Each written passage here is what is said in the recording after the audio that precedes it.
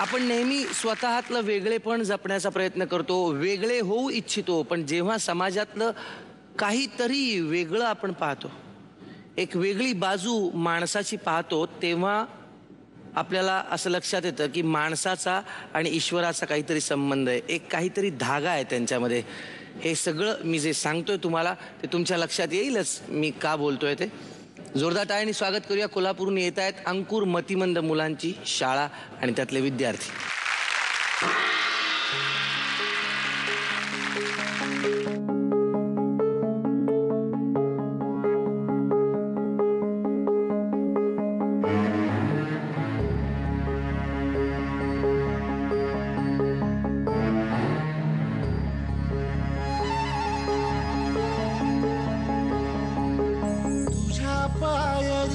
कुणी सान थोर नाही, साध सुना काळजाची तुझ्या कानी जाई.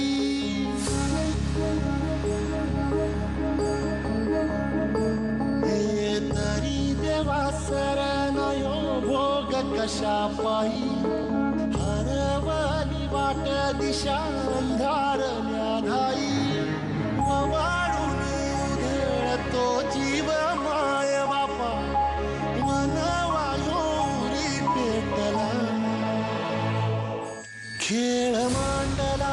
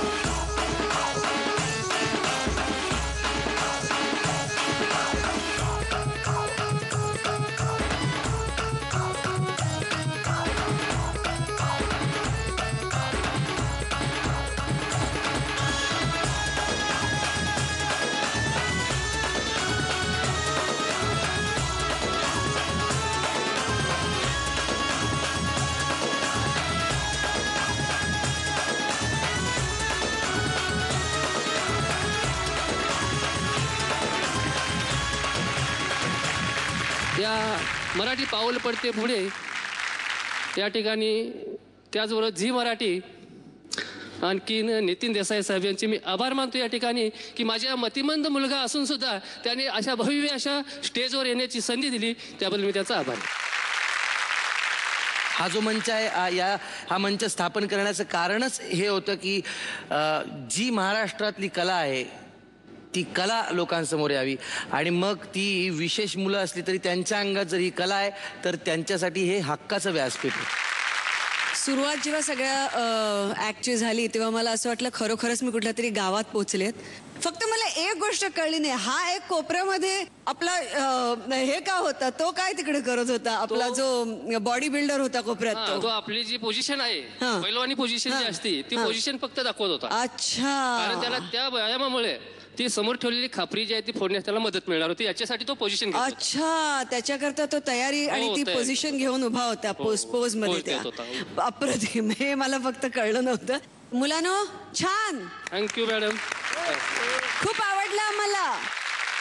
मकरंद सर, फक्त मी एवढंच म्हणेन जितू की अशा मुलांना घेऊन तुम्ही एक वेगळं विश्व दाखवताय, तिथपर्यंत आले त्याचीच त्यांना गंमत वाटली असेल, या स्टेजवर आले त्याची गंमत वाटली असेल.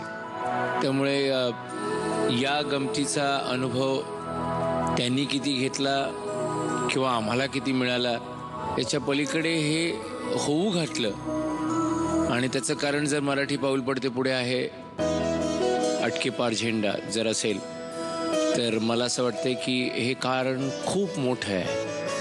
खूप खूप आभार तुम्हा सगळ्यांचे. धन्यवाद. 10 पैकी किती पदकं मिळणार आहेत आपण पाहूया. जे तू पदकं खरी आम्ही यांना देता कामा नये. फक्त ह्यांच्या मानसिक बळाकरता आणि फक्त आजच्या ह्यांच्या इथे येण्याच्या हा जो सगळा प्रवास आहे त्याच्याकरता आम्ही एकाच प्रकारे दाद देऊ शकतो.